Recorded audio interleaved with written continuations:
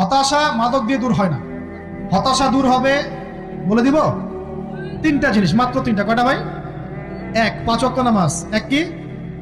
নামাজে আপনি অজু করে সিজদা দেন, ইনশাল্লাহ আপনার মনে প্রশান্তি না আসলে আমাকে এসে বলেন যে আসে না।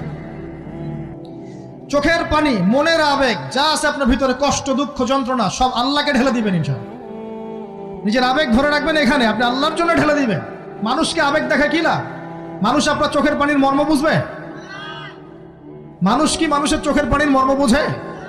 আপনার পিতা যদি মারা যায়, আমার কাছে এসে দোয়া চান কান্নাকাটি করে, আমি দোয়া করতে পারবো, কিন্তু আমি কিন্তু আপনার ফিলিংসটা বুঝতে পারবো না। আপনার অনুভূতি কে বুঝতে পারবেন? আল্লাহ পাক আপনার ঘাড়ের রগের চেয়েও কাছে আছে। সুবহানাল্লাহ, সুবহানাল্লাহ, আল্লাহ পাক ঘাড়ের রগের চেয়ে কাছে আছে। গতকালকে বাংলাদেশের একজন বরেণ্য আলেমের সাথে একটা কনফারেন্সে ছিলাম।